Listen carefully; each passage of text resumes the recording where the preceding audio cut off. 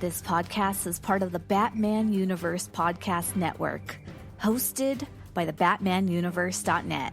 Check out everything related to Batman and the entire Bat family at the BatmanUniverse.net, including news and original content related to comics, movies, television, merchandise, video games, and more. Also, check out some of the other unique podcasts that TBU has to offer. Consider supporting this podcast by becoming a patron on Patreon. Even $1 can go a long way in supporting this content that you enjoy. Look for a link over at the BatmanUniverse.net to offer your support now. And now, on with the show. Scarecrows frightened of a clown that's laughing, boys. I am a Bat-Fan. I am a Bat-Fan. Shine that signal, come out to play. I am a Bat-Fan. I am a Bat-Fan. Bring it on, Batman. Jump out your cave, 'cause I am a Bat-Fan. I am a Bat-Fan. Shine that signal, come out to play. Hey everybody, this is at TimG311 on Twitter. Um, my name is Dane, and with me, as always, is the at TimG311 Tim. You know what? Whenever I do the intro for an episode, I don't think I mention the at. I just say TimG311. I should probably start saying the at now to make it officially that it's the Twitter handle. Yeah. Are you also at TimG311 on Instagram? Yeah. No. Let's see. And I haven't been on Instagram in like a year. Yeah. 2 years, maybe. I don't post there as often as I normally tweet. So every few months you'll see a picture of something, either some cool new item I got or a cat picture. So that's usually about it. Right. Yeah. I don't know. I guess it's for I guess I'm too old for it. So. Either too old, it could also be too young, because I think a lot of, at least some older family members I have, use it a lot just kind of as a way to keep in touch and see photographs of people they can't see too often. So Yeah, I guess that's a good idea. I guess Facebook isn't cutting it for older people. some. Yeah. Especially ones who just want the photos and not posts about daily updates or whatever.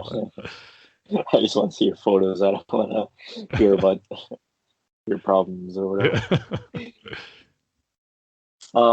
But you know, we got a lot to talk about this episode. A lot to talk about. So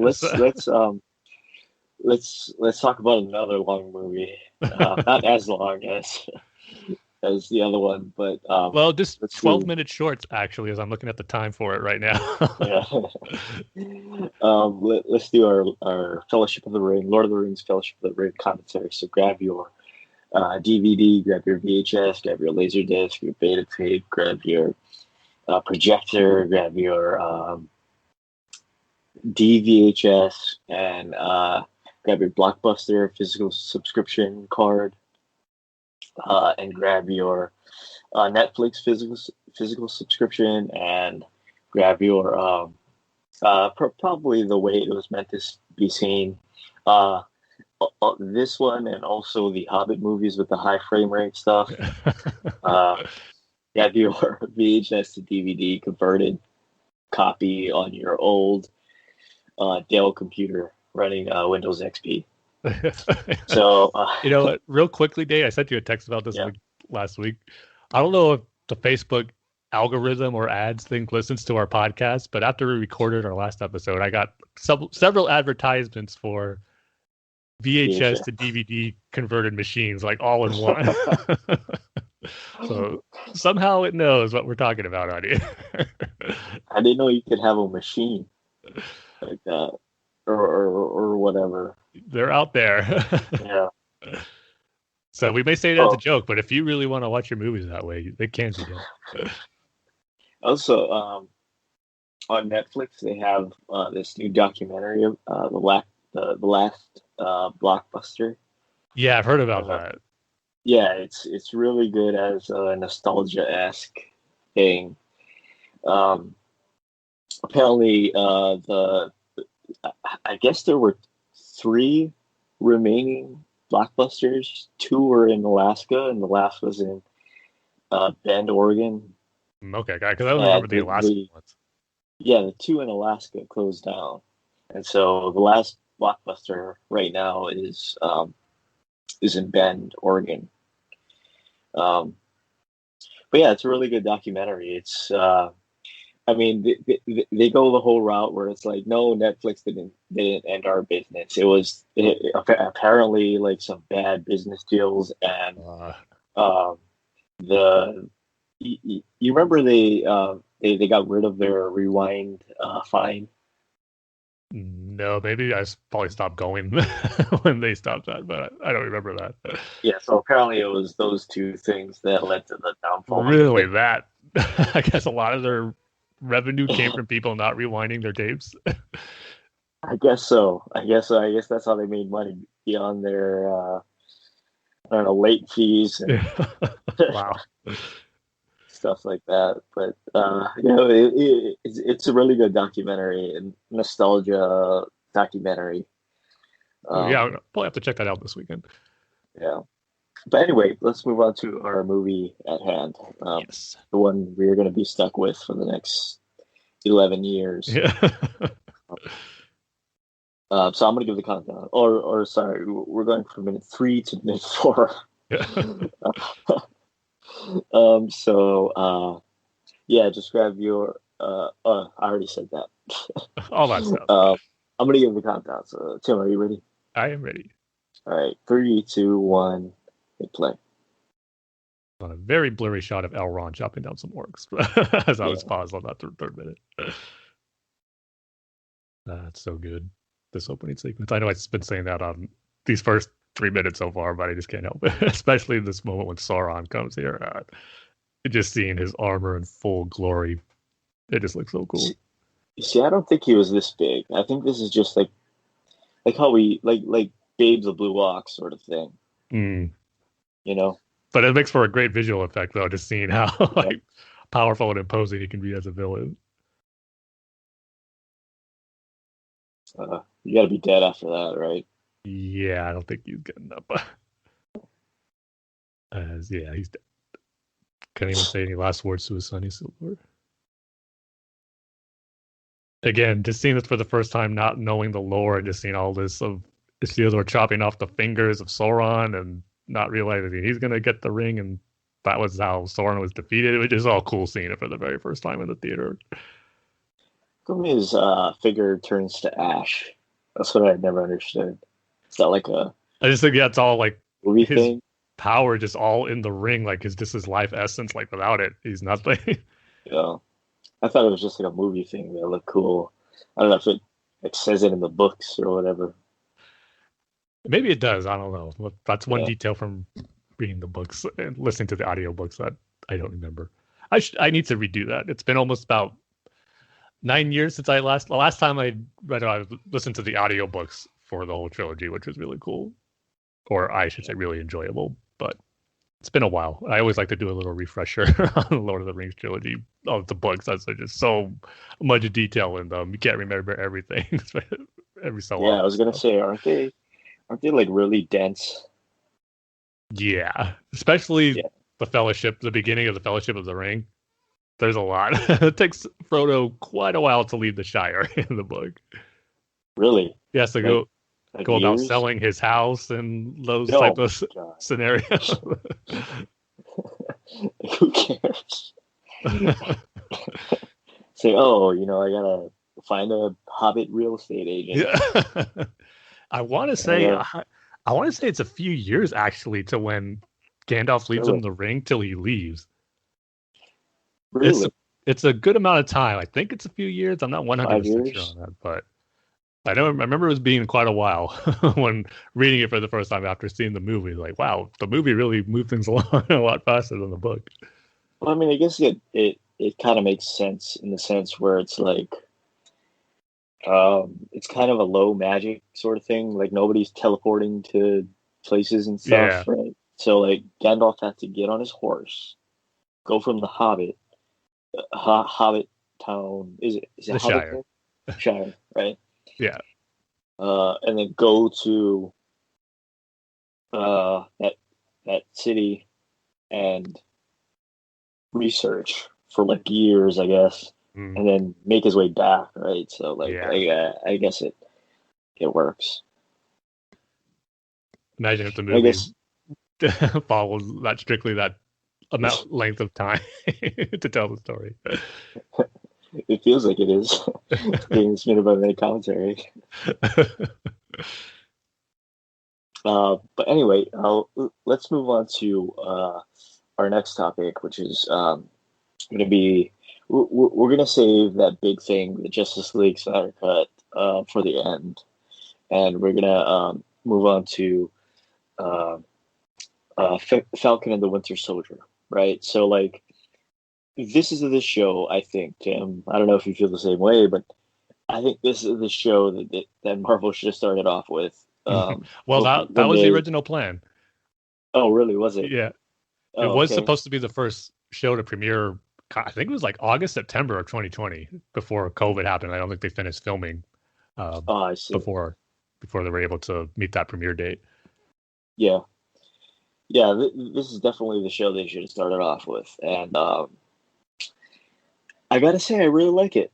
Some of the stuff I don't really understand, particularly Captain America's shield. Okay. Um, so, just as a basis, or just to start off, at the end of, is it Endgame? Yeah. Right. At the end of Endgame, Captain America goes back in time, right? Hmm. Somehow. Well, with the Infinity Stones, he had to With put the those Infinity back, but Stones. they were able to, thanks to Ant-Man, was able to, and Bruce Banner, able to Yeah. work out time travel. So they had a time travel machine that they built that allowed him to travel back Okay. in time.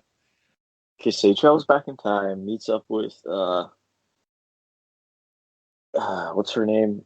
Peggy Carter. Agent Carter, Yeah. Peggy Carter. Um, they have a whole life, and then in the current day, Captain America is old, Yep. right?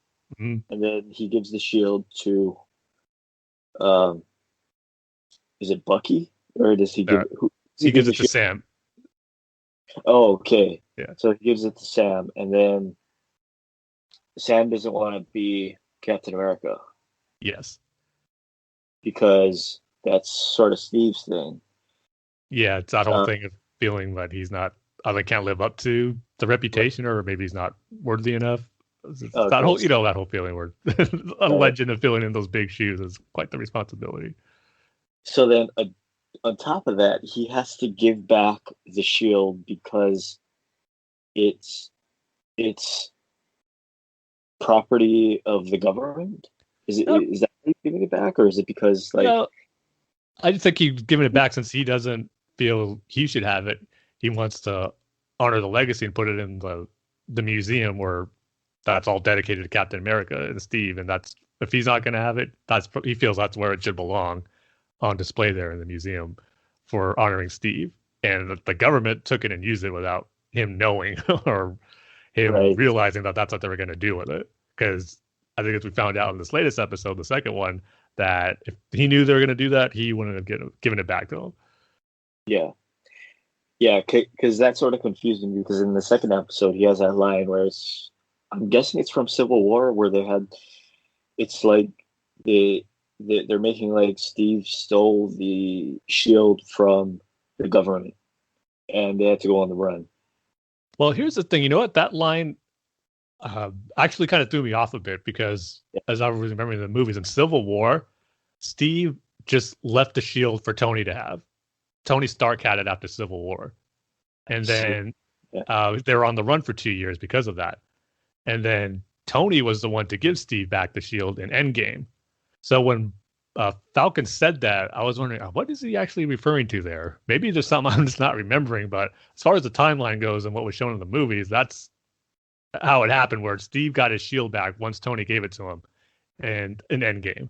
So he didn't have it for 2 years. So if you remember in Infinity War, when he was in Wakanda, there was that line that Black Panther says in the trailer in the movie, just goes talking to Steve, get this man a shield, because he doesn't have one yet.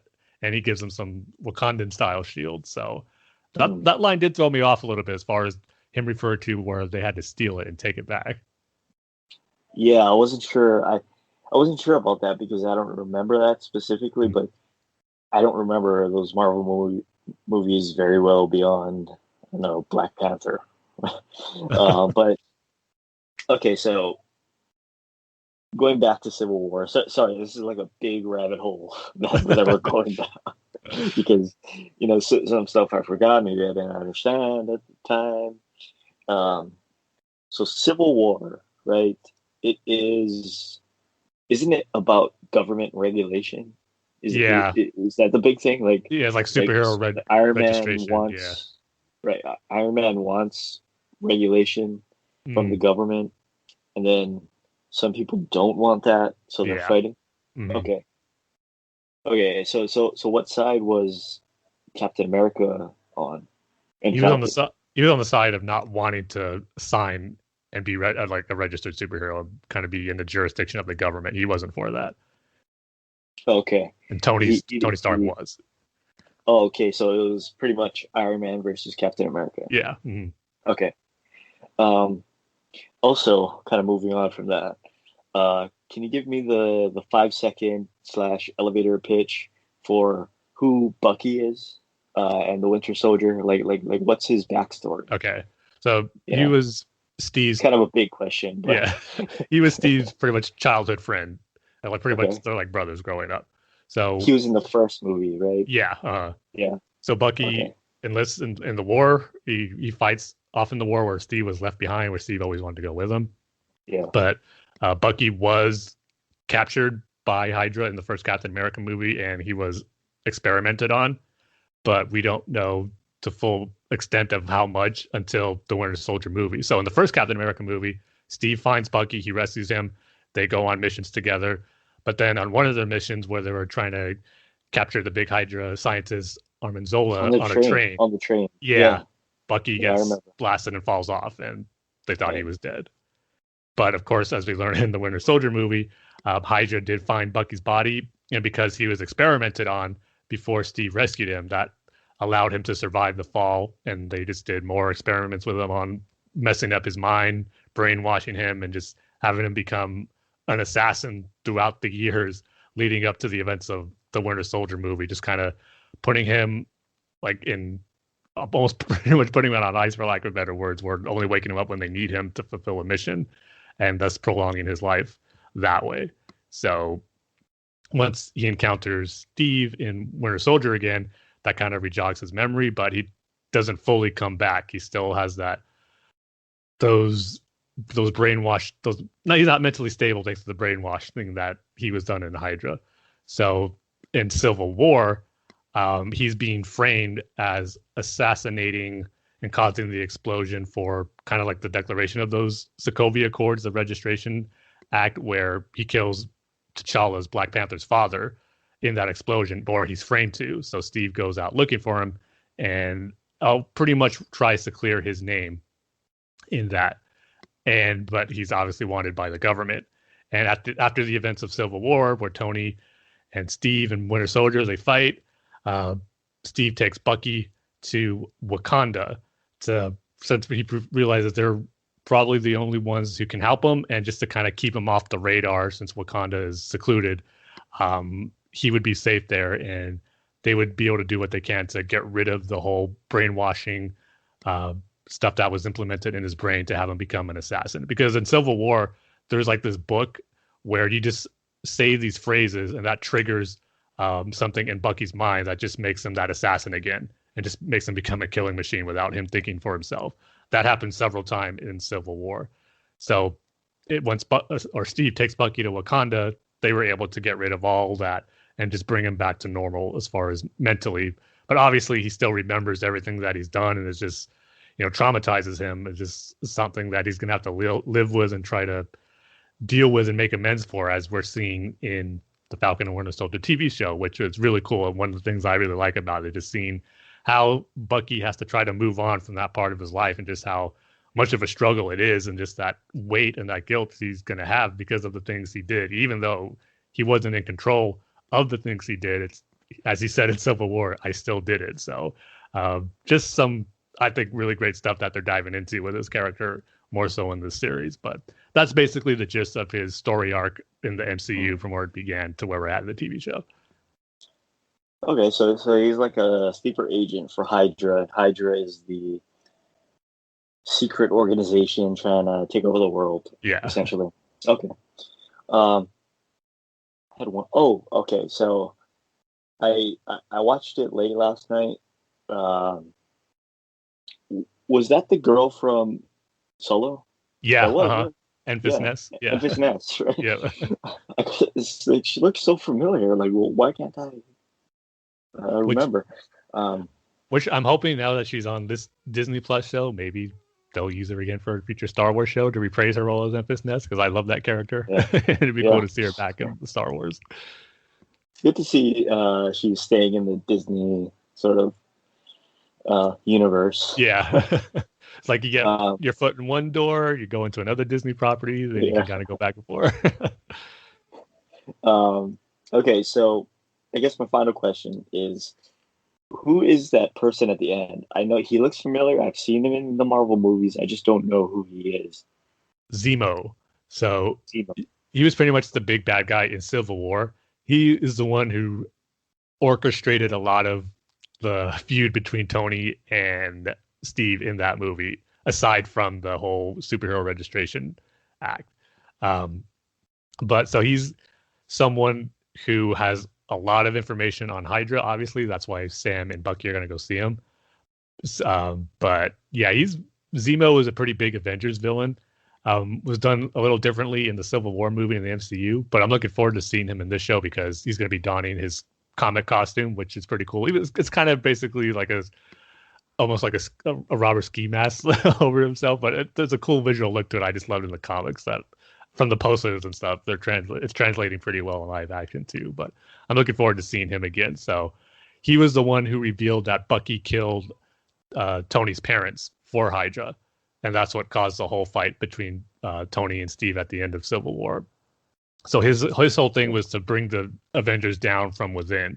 And he pretty much succeeded in Civil War because obviously they weren't together after that and when the events of Infinity War started. So it'll be interesting to see how long, if he decides to help in any way with Bucky and Sam, if he actually teams up with them or he has his own agenda that he's going to end up being the big bad guy in this series too. So I'm looking forward to see how they use him again in this series.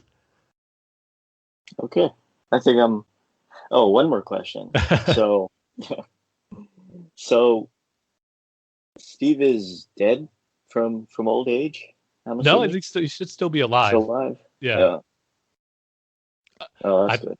I think the official stance in the universe, for the public to know, is that he just retired. I think that's what they said in the first episode. But I don't think no one knows that he's an old man now, except for those obviously who are really close to him. Oh, I see. Yeah, I think I'm caught up. All caught up without having to watch any of the movie. Yeah, just have you explain it to me. Which I'm sure is so much more entertaining than actually watching them. Yeah, so much more. Yeah, but I'm with you. I'm enjoying the series as well. The action's great, and then just diving into more of the characters of Sam and Bucky's been really cool too. So, there's only 6 episodes for the series, so we only got 4 more, which is kind of a bummer. But so far it's been really good. I just wish, when they had the truck to truck fight on top of the trucks. I wish they just zoomed out a little bit so you could see the fight a little better. Yeah, I know what you mean. There's a special 2 close-up shots with kind of Falcon flying around a little bit. Yeah, amongst the trucks and trying to save Bucky. I know what you mean on that. Yeah, I just wish they sort of zoomed out just a little tiny bit so that it wasn't so fast. But Yeah, I'm loving the series so far, more than I did WandaVision. So, um, yeah, I'm gonna keep watching it, Tim. Nice. T- t- Tim, I'm gonna keep on watching a Marvel TV I know. show. Wow. What an age we're living in. But now we can get to our news. Gotham Knights has been delayed. The video game. It's okay if you kind of forgot about it because both Tim and I also did. Um, Not so much where I uh, forgot about it, but kind of just lost under the radar that it was coming out this year. I just thought it was kind of further out anyway when I yeah. heard this news. So instead of 2021, it's going to come out in 2022. Just so that they can have more time to work on the game, Yeah. which is a good thing. It is a good thing, even though you got to wait. It's still a good thing, right, Tim? Rather have a good polished game later than kind of a rush unfinished game now. But Dane, we Right. got another co-op game that's going to be coming out this year to take its place that I'm really excited about. What game is that, Tim? Teenage Mutant Ninja Turtles, I think Revenge of the Shredder is what it's called. That's an old school throwback to the arcade style co-op beat 'em up games, and boy, I can't wait for it. Oh yeah, now we can play together. You got a PS5, I got a PS5. We can definitely co-op. I know we got to for this Teenage Mutant Ninja Turtles game. Yeah. Um, our next piece of news is the Suicide Squad trailer, the James Gunn Suicide Squad trailer. Tim, what did you think? Yeah, it just dropped yesterday as we're recording this episode. Kind of out of the blue on Thursday, James Gunn tweeted the trailer's coming tomorrow. I was like, oh, cool. So yeah, when I saw it, it pretty much was exactly what I was expecting it to be, a James Gunn Suicide Squad movie. It had a feel of one of his movies. I had got some Guardians vibes in there, which is to be expected, and I think it fits in this type of Suicide Squad movie that he's going to be making. Has his humor style in there, which some was great, some was like it was okay, but it was stuff where this movie just looks crazy fun. The action I think is going to be fun. The characters looks like they're going to be real enjoyable. One of my favorite just kind of quieter moments is when Amanda Waller's kind of like giving a briefing and you see like, does anyone have any questions? King Shark, who's going to be voiced by Sylvester Stallone, which is pretty cool. He just, looks at his hand. He goes, hand. And everyone just rolls their eyes. And then I forget who, I think Bloodsport, played by Idris Elba, says, oh, we're all going to die. And the part I love most is Polka Dot Man just looks at him and goes, God, I hope so. Just knowing just how ridiculous this team is and just the stuff they're going to go through.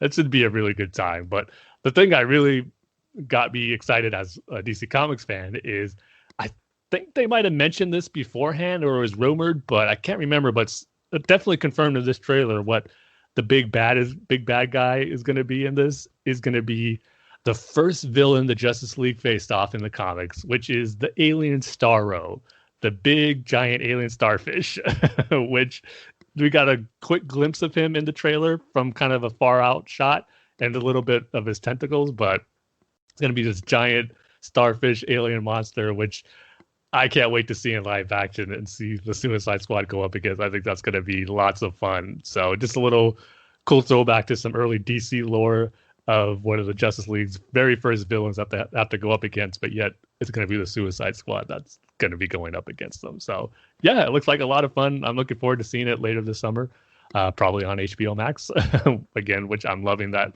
day and day release at home and in the theater. So that's going to be just another cool, fun comic book movie to see later on this summer. So yeah, I'm excited for it. Going back to Blockbuster, I think movie theaters are going to go the way of Blockbuster. You know what? In the sense. Yeah. Go ahead. That's like going to be more of like an event only type thing I could see Right. happening a few years down the line. Or a niche thing. Yeah. Niche thing where it's like, it's going to be like a throwback sort of thing because, I mean, it's just the ease of just streaming something on your TV or your computer or your PlayStation or something. It's just easier, and I know people like to say like, it's about seeing it on the big screen with the sounds and everything. But then, you can buy a big screen TV and you can get surround sound stuff and like I don't know. I kind of have this feeling that movie theaters are gonna be a throwback thing, and it's not gonna be as big of a thing as it was when we were kids, right? Yeah. I mean, for me personally, that's how I feel about it because I'm fortunate enough I was able to invest in kind of a nice home theater setup with a big screen Yeah. TV and surround sound. And whereas I don't really miss the theater experience that much. I mean, there's part of me that does where when it's a big event like a big comic book movie or Star Wars movie where it is fun seeing it with fellow fans and just the reactions and the cheers you sometimes get. That stuff is cool to experience, not gonna lie. But the overall in like stuff as far as being immersed in a movie with the big screen and the sound, I kind of have that for my home theater room, and that's why I kind of prefer where if they're going to release with the HBO Max stuff day in and same day releases for them, I'm going to choose the stay home option for what I have. And even when things kind of get back to normal, where with COVID, kind of hopefully once we're far removed for that, and most people are vaccinated, theaters are open, things are back to normal where you can go to a theater no problem. If they still have the same day release for a big movie I want to see, I probably would still stay home and watch it instead of going out to the theater. So yeah, that's if there's more people out there kind of who feel the same way that I do with that, then I think you're right. I could totally see it going down that path, which, I don't want to see theater chains close and, people lose jobs and all that stuff. But it's kind of hard not to think about that might be the potential outcome I want to say further down the road, but maybe not quite as far away as we might think. It might be sooner rather than later. Yeah. But anyway, Yeah. speaking of movies, let's just get to the big one, the long, Oh the, the yes. the big long one. Um, so Zack Snyder's Justice League came out. It's here. Everybody watched it. I think I'm gonna give my thoughts before you go into your 4 hour long scene by scene. Yes, my review uh, is going to be longer than the movie. yeah. Yes, I'm um, anxiously awaiting to hear your thoughts, Dane, because yeah. you just sent me a text like after you saw it saying like I'm going to be surprised of your thoughts on it. So Well, I guess first off, how did you watch the whole 4 hours continuously? I did that Yeah. Thursday. See, Wow. I did ask to have that day off for work, and I did get it off. Not that day, but the following day. But then Yeah. some came up where they asked if I can come in the next day. So I worked a half day that following Friday. So I was like, okay, I could live with that, and I'll still watch it that Thursday night, all 4 hours, and I made it through all 4 hours. So yeah, stayed up a little later than I usually do, but it was worth it. Yeah, I watched it until, or actually, I should say, I watched it on Saturday, and I watched, I want to say like the first 2 hours and 45 minutes to 3 hours, Okay. um, right around the scene where Victor's in the car with his mom. Okay. Yeah, that I scene. think that's like part 3 or part 4 Yeah, in the chapter I'm not breakdowns. really sure. Yeah, but yeah, and then I took a break, and then I watched the rest of it in a second sit down. Um, it is too long. It's way, way, way, way too long. I was talking with my dad, and my dad was like, "Yeah, I couldn't make it through it. I had to turn it off." Um, but yeah, it's way too long. It's still not one of my favorite films. I still don't think it's a good film. I don't think it's a good movie. It's one big giant mess. Is the best way to put it. Yeah, it's just way too. There's so many moving parts that don't really connect to each other. There's storylines that are dropped. There's things that are mentioned that are never mentioned, never seen again. For instance, Batman is wanted in Metropolis for because people think he's kidnapping people, right? Well, the thing is, There's the the parademons are Batman. That's what yeah people are yeah, thinking. but you're never really you never really hear about that again. So was there a no, that wasn't me. That was these parademon things that you've never seen before. Well, Gordon kind of makes it clear as far as like, kind of putting the kibosh on that. Obviously, we know, but to the people who might I think mean, that, like hearing Gordon say that. I guess, and then in the beginning with Wonder Woman and the bank, is she at a bank? Is that a bank, or is that like a government building? Yeah, I don't think it was a That's bank. I what- think it was probably a government building. I forget exactly what it is, but yeah. With that group and like they want to like make things simpler or something, go back to simpler times, and that's totally dropped. It feels like a bunch of different movies jammed into one movie, which is, I think, it's the Marvel Avengers sort of thing, where it's like we have Iron Man, we have Captain America, we have Thor, um, and they're all in this movie together, and it gels together really well. Whereas this one, it just feels like it's, you know, 4 or 5 different movies that sort of are chopped up and put into something, right? Into this movie.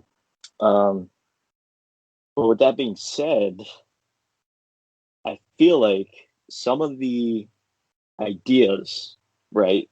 Some of the ideas that I guess Zack Snyder and Chris Terrio had for the characters were good.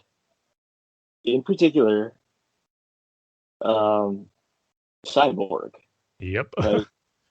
Um, I guess Ray Fisher was Ray with all of his allegations.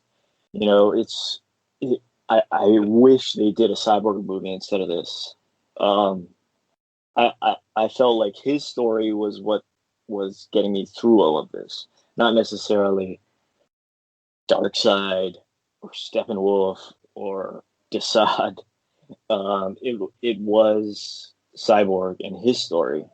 I just wish that they just made that movie instead, and I wish it was a little more cohesive than what we got. I mean, it's all really well. It's all good stuff.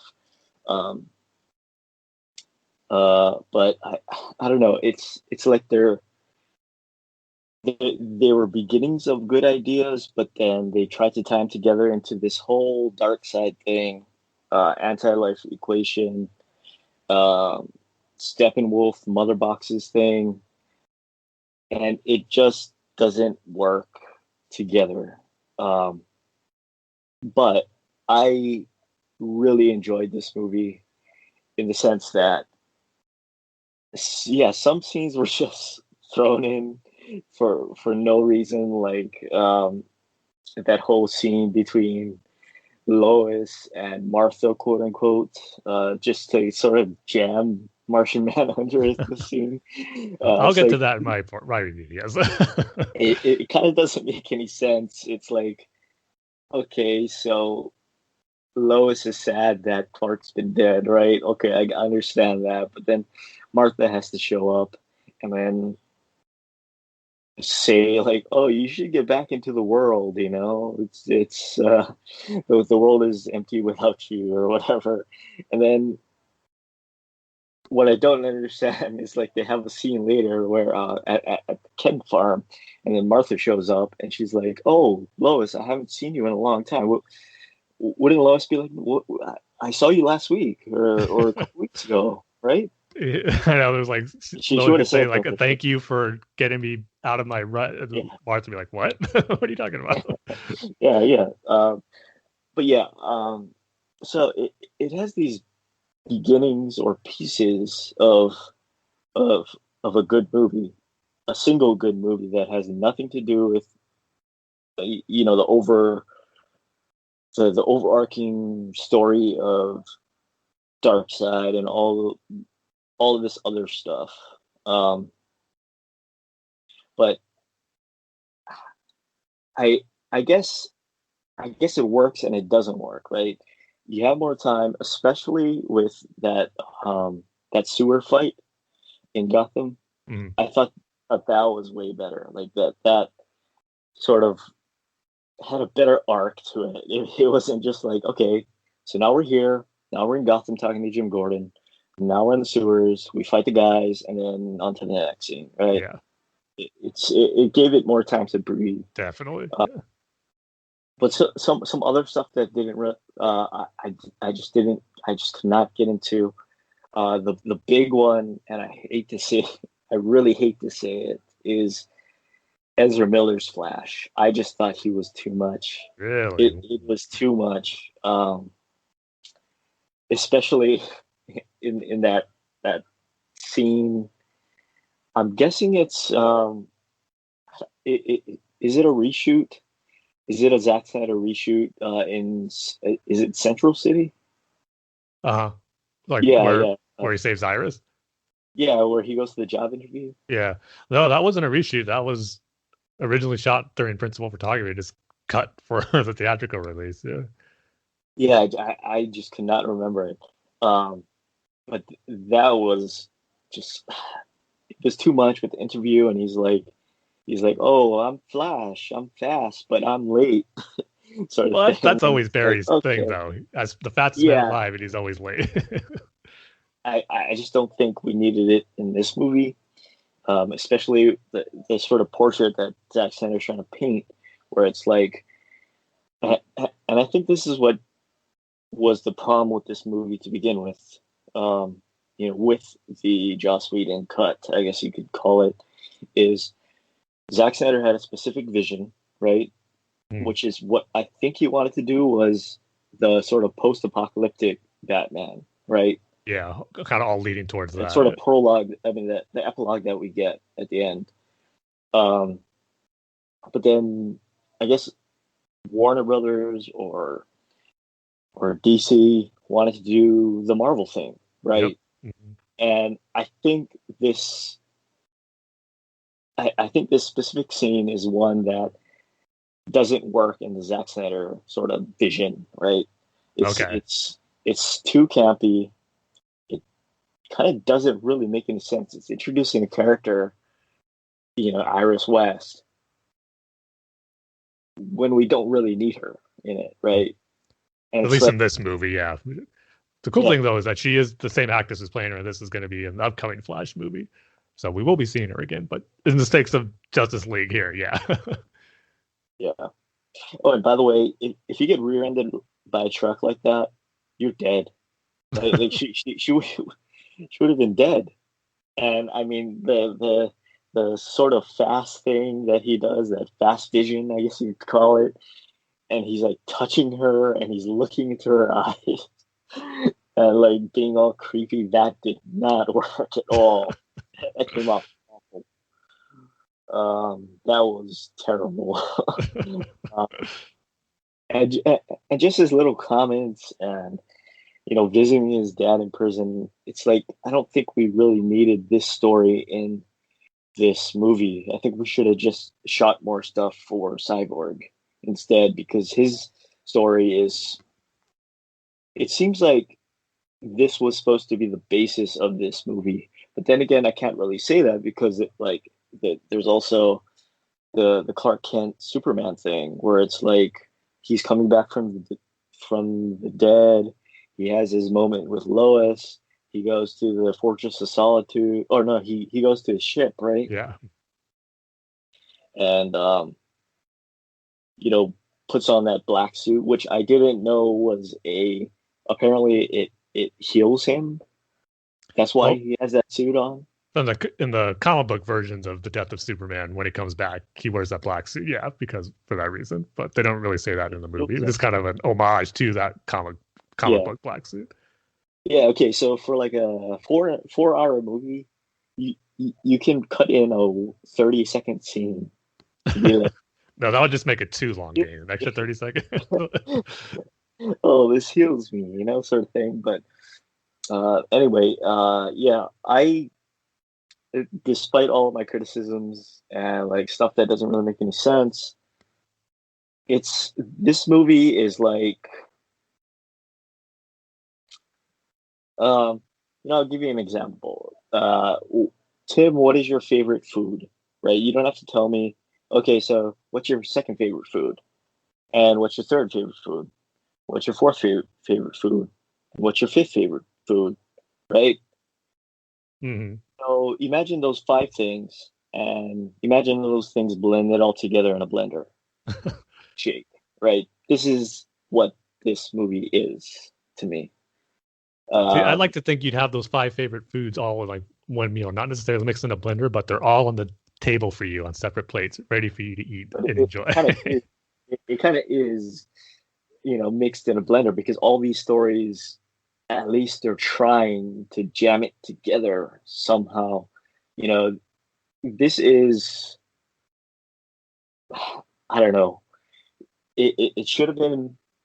I think Batman versus Superman and Superman story in this story should have been Man of Steel 2. Cyborg probably should have been a Cyborg movie. Wonder Woman and what she was kind of doing in the beginning should have been Wonder Woman 2, I guess you could say. I will say, not to bag on Wonder Woman 1984, but all the Amazon and Wonder Woman stuff we got in this is a way better Wonder Woman movie than what we got in 84. Yeah, should have been Wonder Woman 2, right? The Batman stuff, you could have had your own Batman movie and just kept it as that. It's kind of it's trying to do, I don't know, Endgame as your third movie. Instead of having this lineage of movies and characters and people and themes, and that's another thing. Like, what were the themes of this movie? Because it's so patched together. It kind of doesn't have an overarching theme to the movie. Like, is it stopping Darkseid? Is it stopping Steppenwolf? Is it bringing Superman back? Is it getting the Justice League together? Is it? It's kind of all those things, really. Is it all of those things? Yeah. But then again, you have to tie those themes together to create a cohesive thing, and that's what I think this movie does not do at all. It's just one big giant mess. But with that said, I really enjoyed Cyborg's story. How he, even though it kind of you kind of got to look the other way on some stuff, like after the car accident, how did his dad get his body? It's like, and like, how come, or maybe I'll ask you, Tim, how come his dad had to die in this movie? How come he couldn't just be outside of the box and press the button to destroy the? I think he was, because I was rewatching it again yesterday, and there's one little quick detail I noticed during that scene. Like, he was ready to get out of that room. You see him about to go out, but then he sees Steppenwolf kind of charging into the laboratory area he's in. So he's like, I can't go out that way. He's probably going to kill me quicker than I have time to activate it. So he stayed in there, shut the door to keep Steppenwolf from killing him before he activates the machine. So, and then it didn't even work, right? No, it worked. I guess. No, because the point wasn't to stop Steppenwolf from taking it. It was so Victor can track it. Once Steppenwolf takes it, they'll know where to find it and find out where Steppenwolf's hiding. That was the whole point of it. Okay. But yeah, I really enjoyed Cyborg's story. I guess Ray Fisher was right. You can understand him being so upset with the final cut, with how much stuff they cut from his story. Right. Like, everything was cut pretty much. I know, and it's the worst stuff for it, and I wish we just got a little bit more of that instead of all of this other bigger picture sort of stuff. I'm sort of like skipping all over the place, so it's sort of like the movie. I'm just skipping all over the place. I enjoyed Jared Leto's Joker. I thought it was right on the nose. Why didn't he just do this in the beginning? Sort of right. creepy, smart, intelligent Joker. I really like the scenes where he's sort of out of focus and you just see the makeup and the smile and his black eyes and stuff, the white makeup. I make another Joker movie and have Jared Leto do it. Jared Leto, what he wants to do with it. Yeah, that was the type of stuff like when he first got cast, thinking of what we were gonna see this portrayal of the Joker, like finally on display in this one scene. And again, different from I'd say Heath Ledger and Joaquin Phoenix's Totally, yeah. Sort of totally. Thing. And I wish we sort of got that. Steppenwolf, yeah, I just did not care again. Yeah, I don't know what it is. His voice was hard to hear in this. They did have like a little vocal effect on it that it didn't have in the theatrical cut, but yeah, I actually kind of like how it sounded though. Yeah, I just couldn't get into his story or Dark Side story. I know it's the big thing of this movie, but I just could not get into it with the mother boxes and going to get the one in Themyscira. By the way, I like how in Themyscira they sort of built a structure with these doors and like this. It's guarded 24/7. Same thing with the Atlanteans sort of box.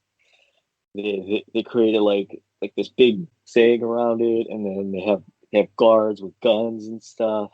And then for man's one, they just put it in the like yeah. This tells you how pathetic man is in our technology. I know, that's funny. Not the same thing. But yeah, I just cannot get into the whole Steppenwolf thing, or the Lois stuff. I know why she was in it to, I guess make Superman realize who he was. To bring Superman back, really. I mean, yeah, which to me works. I mean, obviously, the love of his life is going to get his mental and emotional state back to normal. So yeah, and it's kind of unfortunate because Amy Adams and Henry Cavill, they just don't have chemistry as Lois and Clark. It just kind of doesn't work.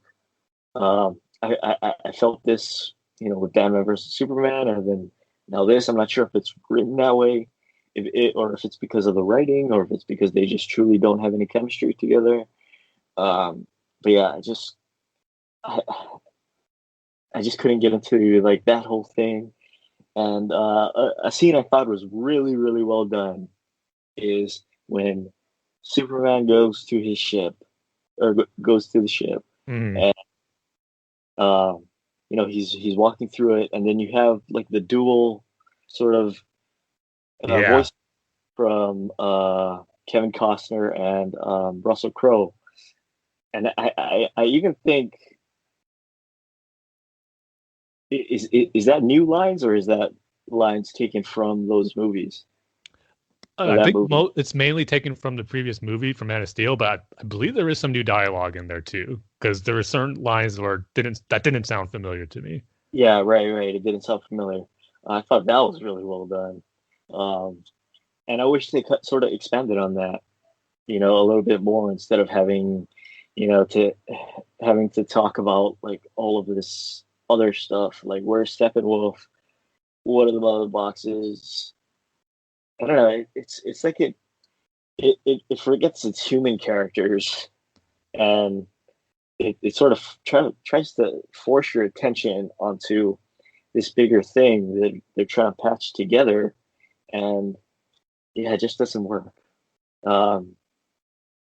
So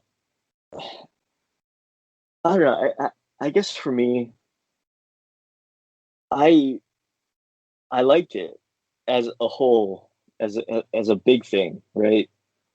Hmm. Or sorry, let me go back on that. I didn't like it as a big thing. I liked it as a smaller thing, where it focused on its characters rather than sort of made it about this big thing um, that Zack Snyder, I guess, wanted to do. I guess it doesn't really matter anymore. Um, but I guess that's the big difference between the Marvel movies where they sort of slowly did it over time with a lot of movies, um, and they really focused on the characters rather than Thanos, right? Hmm. And what Thanos is trying to do. It's and I wish they did it with this movie or this series of movies rather than try to Yeah. you know hit a homer on the first pitch. Mm. Yeah, I mean, as much as I enjoy the DC movies, I I still wish they did it the Marvel way. And I know they wanted to try not to copy Marvel, and I get that, but when things work, they just work.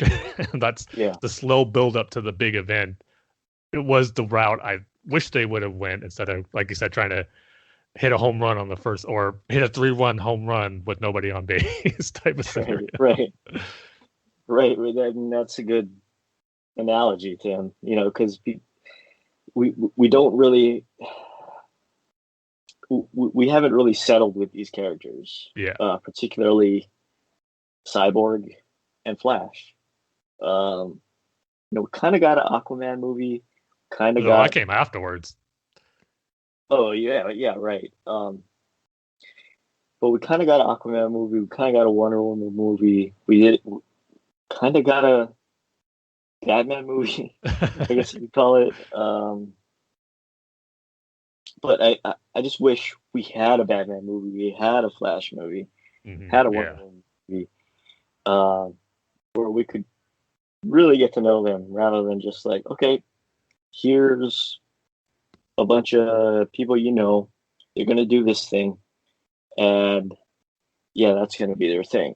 Um, Which, yeah, it's really hard to pull off. And again, for a theatrical cut movie, even if Zack Snyder uh, didn't lead the project, obviously the final his version wouldn't have been 4 hours, so it would still be a limited amount of time, like 2.5, probably 2 hours and 45 minutes. That if he really had his true theatrical vision in there, there still would have been not enough time to really flesh out all these characters probably as well as they should in. But in this scenario of the Snyder Cut being 4 hours, I think this is kind of the only way, at least for me, and I think a few people, some other, not a few people, but some of the people I've seen online and talked to about it, where this is having a 4 hour length movie is kind of the only way you can flesh out the stories and background of these characters that you're just introducing in this film, like Barry and Victor and Arthur, um, in this long movie to get to care about him. I think it did that, where that's why some of those instances that maybe you felt out of place or it could have been trimmed, which might be the case, but when it's just such an unprecedented way of watching a movie that the Zack Snyder cut is being 4 hours, it worked in that sense. Where I think without having their own movies, there was enough shown, and you got to see with these characters first being introduced here. But again, it's such its own unique scenario that you can't expect that to work necessarily the best when you're doing if it was just a normal theatrical release, and which is why I still feel doing it the slow build up with each character having their own solo movie before the big team up still works the best. But in this case, in this scenario of a 4 hour long movie, I think it does its job well as far as getting you to care about these characters that you're first just seeing in this one. yeah, I'm kind of gonna have to disagree with you there in the sense that I I just couldn't get into characters like the Flash or Aquaman. There's kind of nothing there for them. Um, and again, it's it's kind of something that the comics handle really well, and I'm not sure if it translates really at all to movies where they just don't know what to do with Batman. You know, um, Wonder Woman's fighting, Aquaman is fighting, Superman is fighting, Flash is running around, Cyborg has the mother box. They just don't know really what to do with Batman besides like, okay, so I got a ship that takes us there. I got a vehicle that takes us underneath, and I can shoot this alien gun. You know, it's like they just didn't know what to do Well, with him because he doesn't really have any superpowers. He's yeah, just a that's par for guy. the course with these movies. Yeah, Like even some of the animated Justice League movies where Batman's up against aliens and whatnot. He does what he can with the limited abilities that he has as a human. I mean, if he had the Batman Beyond suit, yeah, he'd be able to yeah, go all out with the rest of them, which would be awesome. But again, yeah. using But what he has, his plane, the Batmobile, his gadgets. I mean, I thought Batman was used as much as he could have been in this fight against alien monsters who can take him out pretty quickly. But to yeah, me, there wasn't any big noticeable difference of Batman not being handled well in this big battle sequence. It's kind of, I think, par for the course for how we usually see him handled in these type of situations where there's these aliens and monsters that all the superpower beings are fighting, and he's doing what he can just as a human. yeah. But the problem with that is, I go back to Batman versus Superman and remake the suit. You know, Yeah, that's true. Or maybe I mean, it would have took. Yeah, that's a good point. Actually, never really thought about that. But you see, I mean, like it's stuff like that that I kind of have a problem with. It's like the sort of like you could have thought about that and sort of put it into the movie. because really the Um, only thing he could have done extra if he had that suit was yeah, join in the fight against Steppenwolf, like right, with right. And Wonder Woman and Aquaman. it would have been great to see, right? It would have been great to see that. Um, Well, and like like even done the maybe Justice League instead of Unlimited episode, Destroyer, the final episode where Darkseid makes his final attack on the Metropolis. I mean, Batman goes up against or tries to go up against Darkseid just in his normal suit. He doesn't really land any critical blows. He throws a batarang on him, but an explosive yeah, batarang, which is annoying to Darkseid, but it's still made for that awesome moment where Darkseid fires his Omega beams and Batman dodges it, and Darkseid is very impressed by that. So he could have done maybe something even if he had his normal suit, but I know what you mean. yeah. I mean, instead of having like a music video of Aquaman drinking whiskey or whatever and crashing waves and stuff with the song or those Norwegian women singing their hymn. You know, you could have had a scene where Batman makes the suit. I'm just saying, you know. But overall, I guess I'd say I liked it.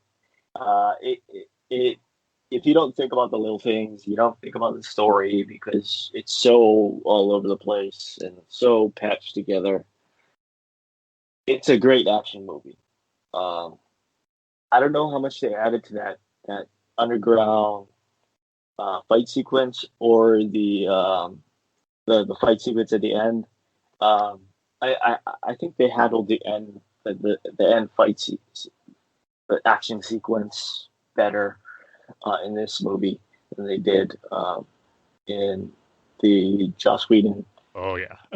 uh, cut. I guess you could say. Um, but yeah, I guess overall, I really liked it. Just as an action movie, uh, and yeah, like I said, if you don't think about the little things, you don't think about the story, you don't think about themes, you don't think about the characters, you just see your characters that you've read and seen on animated TV shows and other movies and stuff like that. If you see them working together and then fighting guys, it's really well done. I just wish there was a little more story cohesiveness. I just think it was a little more cohesive rather than just all patched together. And I guess one final thing I will say is I Zack Snyder surprised me. Uh, the movie ends, and it says for his daughter and stuff, and the credits are Yeah, rolling, for Autumn. Yeah. and yeah, and it's like it's like that slow piano song. I was like, oh, he didn't use Hallelujah.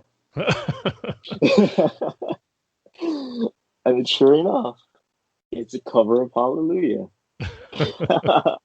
That made me laugh. Zack Snyder made me laugh. You got me there, man.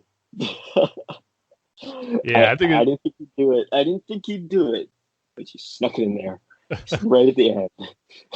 yeah, I found out not too long ago where the reason it's in there because that's like his daughter's favorite song. Oh, So really? yeah, it makes Oh, okay. all the sense in the Yeah, it world makes now the that sense. Yeah. that he decided to use that not only for the trailer but then as the final song for the credits too. Oh, I see. Yeah, because he used it in Watchmen. He used it in the trailer, and he used it here. But yeah, it made me laugh at the end, and I was like, you know what? I get it. I sort of get what his fans are thinking. They wanted this again. Let me highlight the words sort of. Uh, um, and I get what he wanted to do with this, and I get why he couldn't. Um, and I I just enjoyed it. Just pure and simple. I just enjoyed it. Um, it was just a great action movie. Um, and yeah, I guess that's it. All right. Well, I'm definitely glad at least you enjoyed it overall Yeah. for what your experience with it. So that makes me happy. But yeah, so for Oh, can I me, say one more thing, Tim? no, Sorry. you're done, Dane. I'm sorry. um, I don't get the Martian Manhunter thing at the end. hmm So Batman sort of creates the Justice League. Let's get all these heroes together to create this Justice League, right? And then Martian Manhunter at the end is like, "Do you want to create a Super Justice League? Is that what he said?" I- I'll get to that ending part in a bit. Okay. Because I got some stuff to say about that, and just Martian Manhunter in general. But Yeah. um, so yeah, I mean, first off, I made Oh, it. sorry, Tim. Sorry, Tim. One more thing. One more thing, Dave. One more thing. I'm so sorry. I don't mean to keep on interrupting you. So that actor who plays Martian Manhunter has appeared in Man of Steel, Batman versus Superman, or Man of Steel Yeah. as that military commander, Yeah. Batman versus Superman as the senator, right? No, he's Or that military commander in both movies. in both movies. Yeah. Oh, okay. And then in this movie is Martian Manhunter. So is it John Jones disguised? Yeah. Mm-hmm. Okay. Now, yeah, Yeah. when you look back on Man of Steel and Batman vs Superman, that's really John Jones the whole time. I see. I Yeah. see. Okay. Sorry. Okay. You sure? You're done. Yeah. I think so. I think so. Should I give a little 5-second wait until I start? Let me think. Let me just run in my mental Rolodex really quick. Yeah, I think we're good. I think Okay. we're good, Tim.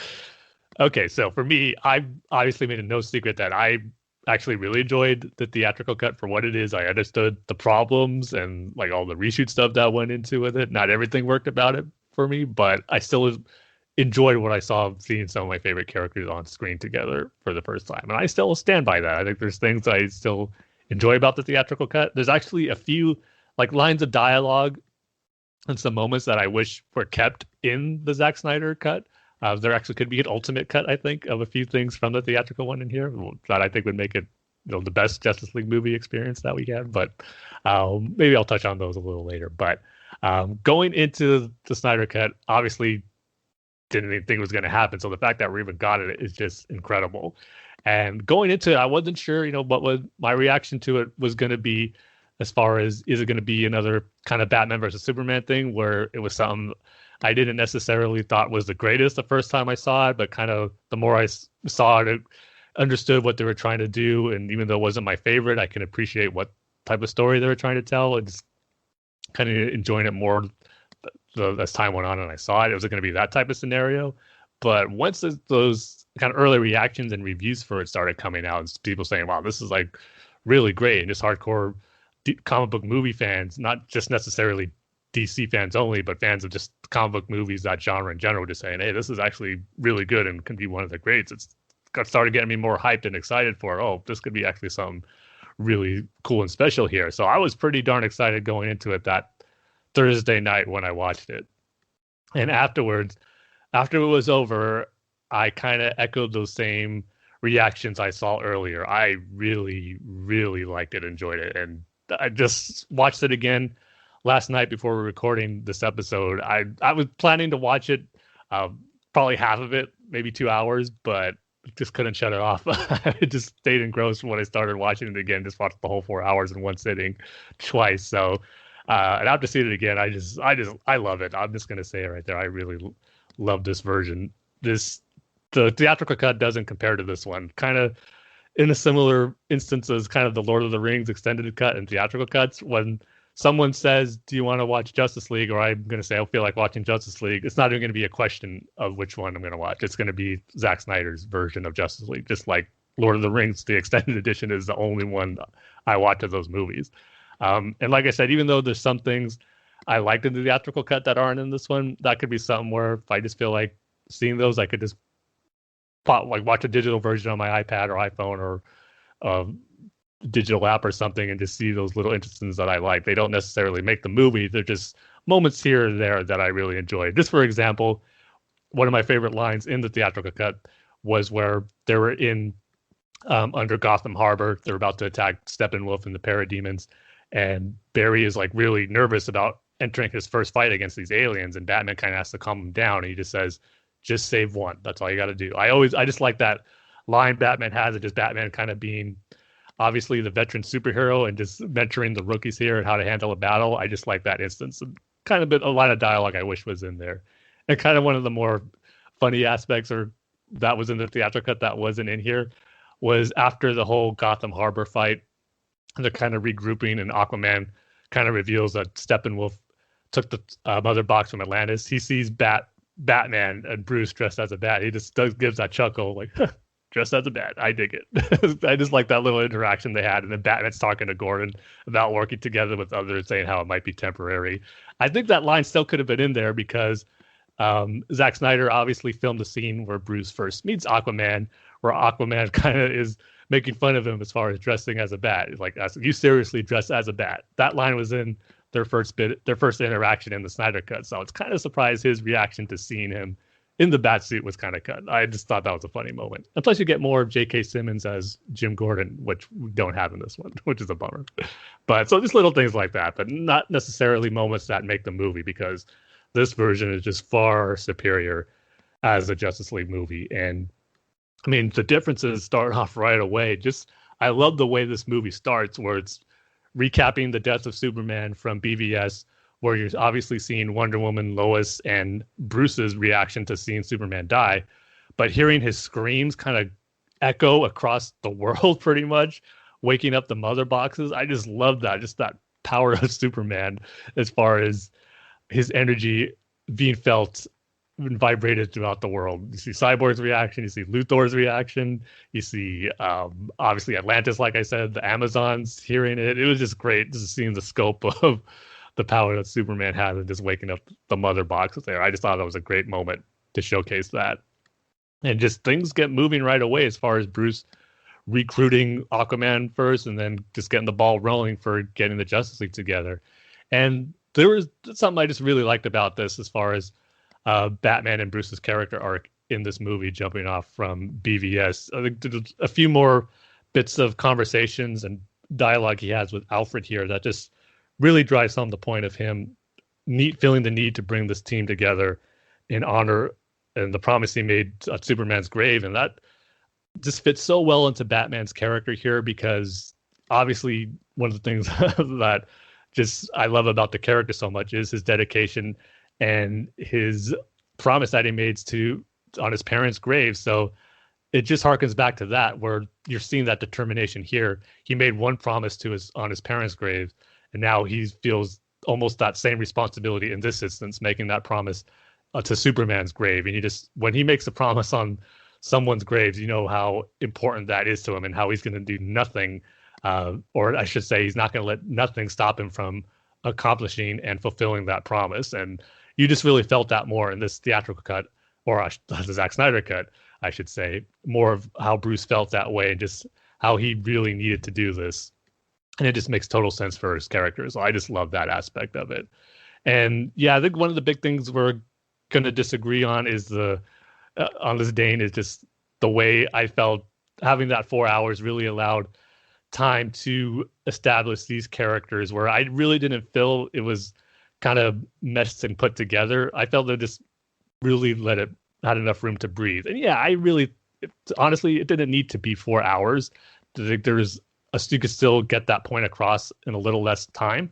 But when you're like, again, it's such an unprecedented movie release that let Zack Snyder have the reins to make a 4-hour movie. That's fine. If there's certain scenes that are maybe dragging a little too long, I mean, so be it. I mean, you know what you're getting into at this point. But again, I just really felt this version did a great job of just letting you introduce and get to know these characters in a good amount of time that lets you care about them by the time we get to some pivotal moments later on in the movie. And just everything about it, where coming into, speaking of action sequences too, just how far superior this version is. When you first look at the big action sequence with the Amazon, Steppenwolf's attack on the Amazons, that was a cool sequence in the theatrical cut, but this one is just so much better. And just even the way Steppenwolf looks, his design is so much better in this one.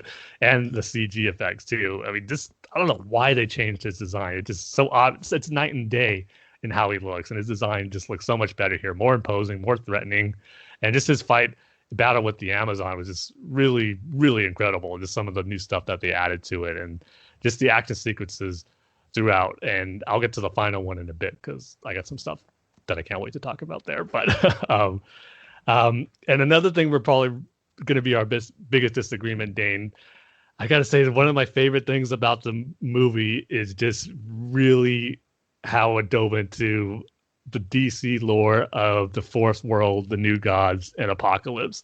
I've been waiting forever to see at least glimpses and hints of Apocalypse Dark Side.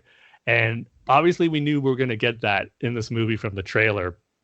And I wasn't really counting on Dark Side to play a big role in this. And he really wasn't, but the way he was used, I thought was just perfect for this build-up to him. And it just sucks that, I don't know, I mean, this build-up's we're going to see more of him in any future movies. It doesn't look that way based on some recent comments from DC or Warner Brothers executives. But, you know, I never thought the Snyder cut was going to happen. So I've learned to never say never. And we got the Restore the Snyderverse hashtag going on and trending worldwide with over 1 million tweets. So maybe that will have the same effect. I don't know. But I would love to see this version of Darkseid and what they established here with Darkseid and Apocalypse expanded on. It's just begging to be told more stories with this because I absolutely loved it. And just as a huge fan of just the New Gods and in general, and Darkseid being one of my favorite villains for such a long time, and seeing him in live action for the first time and just be so perfect. I couldn't believe what I was seeing. I just had that. I was thinking that every time he was on screen, I was just like, finally, I can't believe we're finally getting a live action Darkseid, and he's being handled perfectly. I just loved how he was used in this movie from that opening, or not opening, but in the second part, the Age of Heroes, where we get that flashback where it was his first invasion of Earth. That's one of those things in the theatrical cut where it's like, I don't know why they changed Darkseid to Steppenwolf in that flashback. It just like takes away so much from that lore and history of the DC lore in that history flashback. It was just so cool to see Darkseid in action in that moment. It was such a cool action sequence. Seeing the Amazons, the Atlanteans, the old gods with Zeus and Ares was there from the villain from the first Wonder Woman movie. It was just cool to see him, how he was when he was still in favor of the old gods. They're all working together to fight Darkseid. It wasn't just Darkseid's minion, Steppenwolf. It was the big bad guy, Darkseid. And this how it was pretty early in Darkseid, I guess, kind of conquest too, where he wasn't the ruler of Apocalypse yet. He was still kind of young and new, I guess, to being a warrior. And this was his first and only great defeat. Throw in the Green Lantern in there too. I know we got a little bit of the stuff in the theatrical cut, but we got a little more of the Green Lantern of during this period of the Guardian of Sector 2814, and it was just cool to see more of that. I only wish he made a few constructs. That was my only disappointment with this Green Lantern in this one, because he was only firing beams, and I want to see constructs when I see a Green Lantern in action. But and again, he gets killed just like I was in the theatrical cut, but it was just so cool seeing that ring leave his finger, and he got killed in a more brutal way. Darkseid chopped off his hand, and we see the ring fly off the severed hand. And I like how Darkseid is looking at that and just tries to grab it, but the ring flies off. And again, I know that happens in the theatrical cut, but when it's has a totally different feel when you're seeing Darkseid, the greatest DC villain, over Steppenwolf with the Green Lantern ring flying around over him. So many geek out moments like that. So the Darkseid stuff, I just loved. I just loved the setup. I thought, again, if everything went out or happened perfectly as intended, where this was just the first Justice League movie that Zack Snyder does, and obviously he had plans for a second and third one, this was the perfect build up to introduce Darkseid, but not have him be the main threat until the second or third movie. And I thought this was the perfect way to have him in here. I just loved seeing him on screen. I was just geeking out every time. So yeah, that was one of my favorite aspects of the movie, just finally seeing the part of DC Comics lore that I love so much in live action for the first time. I really liked. And even Steppenwolf, I talked about how much better his design was. And yeah, he's not going to be remembered as one of the greatest villains in comic book movies, but I felt even he was a character who benefited from this extended cut, just really showing how he wants to get back into favor with Darkseid, and how he's an outcast for, I guess, betraying them and for what he did, and how he has to conquer 50,000 whatever so many worlds to be back in favor. Just seeing his motivation and doing what he does was, I thought, shown even better in this one too. So I even enjoyed Steppenwolf more than I did in the first movie, which is saying something, because he was pretty forgettable in the first one. But again, it all goes back just to me loving that whole lore of the new gods, especially with Darkseid and Apocalypse. And after seeing it, it made me want to go read some of those first New Gods comic with Jack Kirby did, establishing these characters. It just makes me excited and hopeful that we're still going to get that New Gods movie from Ava DuVernay, if I'm probably butchering her last name, as I always do. But I remember being excited about that announcement, and hopefully once we see that, there'll be even more New Gods and Darkseid and New Genesis versus New Apocalypse conflicts that we're going to see in live action, because this movie showed just how well it can work and just how great these characters and their history works in a movie. So I loved all that stuff. I was just geeking out so much about that. And then, yeah, just going into the final action sequence, because that was probably one of the biggest changes from the movie. One of my favorite aspects of the movie, because there were certain things throughout the course of watching it, I was wondering how different this is going to be to the theatrical cut, how much is going to be the same. And actually, one of the things I was curious about was the resurrection of Superman. I was wondering how different that was going to be. Is he going to come back in a totally different way? But the basic premise is pretty much the same as how the Justice League pretty much decides to use the Mother Box to bring him back to life so they can have a better chance of stopping Steppenwolf and preventing Darkseid from coming. So that was pretty much the same, but the way they went about it was a little different, as far as pretty much everyone being on the same page to doing it. Besides Aquaman, he was kind of still the only one who had reservations about it. But the whole thing, as far as Diana not wanting to bring Superman back and causing that rift between her and Bruce in that moment, was nowhere to be found. And then Bruce kind of having his contingency plan, as far as him being the one to bring Lois and have Lois as a backup to snap Superman out of it in case he shouldn't be himself when he was resurrected. All that aspect of it was gone.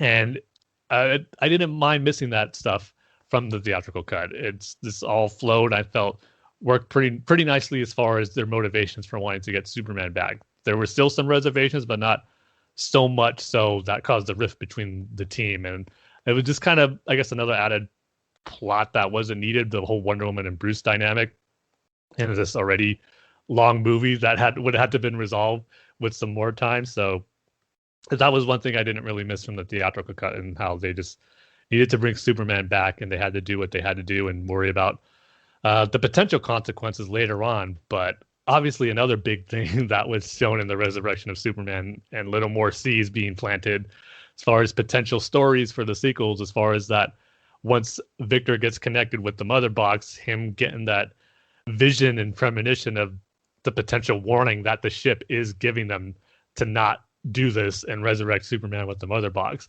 where we get the glimpses of Darkseid invading Earth. We see the death of Wonder Woman, her with Darkseid's Armada invasion, as the Amazons are burying Diana. And then we see Darkseid in Atlantis, like, killing Aquaman and using his Omega beam on a Atlantean soldier, which looked awesome. And then the big one, this was something I remember reading about as far as potential plans, or as far as where the stories and sequels could go. But the fact that part of it was actually filmed kind of blew my mind when I saw it, seeing Superman in the Batcave. And I didn't realize this the first time I saw it, but in the Batcave holding pretty much a dead, charred body of Lois Lane. And we see Darkseid kind of consoling him. We see him put his hand on the shoulder, and thus the setting up the stage for the nightmare sequence that we saw in BVS, and what we see at the end of this movie and the epilogue of how all that started. And I remember reading that and just thinking, man, are they actually going to do this? And is that where the sequels are going to go? And honestly, it's probably not something high on my list that I want to see if there were to be any potential sequels to the story to go, because it has something that we have seen pretty recently in Superman stories. I mean, it's pretty much the basis of the whole point of Superman kind of going evil in Injustice, the Injustice games and the Injustice comics. So it's not something that we haven't seen before. We haven't seen in a movie necessarily, but it's not a story point that's pretty high on my list to see in Justice League sequels. I think they could do some cool stuff with it, but I rather just be focused on Darkseid invading Earth and have the Justice League go up against him is what I'd rather see, more than Superman going evil and then the Justice League having to take him down. Because you're just kind of then reharkening story beats to what we already saw in BVS, that obviously Batman trying to take down Superman for the potential of being evil. And this movie showed that we kind of moved past that. So if they went that direction, they'd kind of be retreading that same story beat. So I'm kind of 50-50 on that, where the direction of going for a potential sequel. I think it could be cool and make for an interesting story, but it's not pretty high on my list as far as something I'd want to see explored more in a future Justice League movies. Again, and that's all if we ever get sequels. So it might even be a mute point, but it's still cool that they were able to, Zack Snyder got to plant the seeds here anyway to kind of have that potential be the course of where things could head with this as far as resurrecting Superman. So that was a big addition to seeing it. But yeah, so the whole resurrection of Superman I thought was definitely done more better here than in the theatrical cut. We got a little more action in that fight with Superman against the League, which is just, it was awesome in the theatrical cut, but it's even better here. His quick fight with Flash was really cool here, and having a few more moments, him going up against Cyborg, Aquaman, and Flash before he fights Wonder Woman, before finally seeing Batman. And even his encounter with Batman was cool here, to see him firing his beams and Batman using the Kryptonian ship technology he established on his gauntlets to dodge it. It was great. So yeah, so that leads to the big end battle sequence, and it was an enjoyable one in the theatrical cut, and I liked Superman's return in the theatrical cut as well. But man, this one just takes it on a whole nother level as far as being a true epic final battle sequence that a Justice League movie deserves. Because as cool as the theatrical one was, it didn't felt as a grand a scale as I think a Justice League movie should be. And this one definitely remedied that. It was longer, and each character got their moments to shine in this final battle beginning with Batman taking down the tower. Again, talking about how Batman just using what he has, the bat plane, or I should say the Fox, I think it was called, and the Batmobile, obviously taking down parademons, taking down the towers, gaining the team entry into Steppenwolf's lair there. So Batman did his part. Aquaman and Wonder Woman are kind of the ones who are going to be, like, I guess, the defenders and the brutes to fight the enemies to keep them and keep Steppenwolf occupied as Victor does his mission to try to connect with the Mother Box. And the biggest change from the theatrical to the Snyder cut version of the final battle is what Flash had to do. And boy, I really, really loved what Flash had to do in this sequence as far as gaining speed, generating enough in the Speed Force to light a charge to have Victor be able to connect with a Mother Box. It just gave him a really important role to do in this final battle that he necessarily didn't have in the theatrical cut. And besides saving that family who was nowhere to be seen in this version, and just kind of to be that and do what he can to fight parademons. But he just had such an important role here. And then the return of Superman, his entry here was just so cool. He didn't have that cheesy line like he did in the theatrical cut where he goes, I'm a fan of truth, but I'm a bigger fan of justice. You got to get that justice word in there because it's the Justice League movie.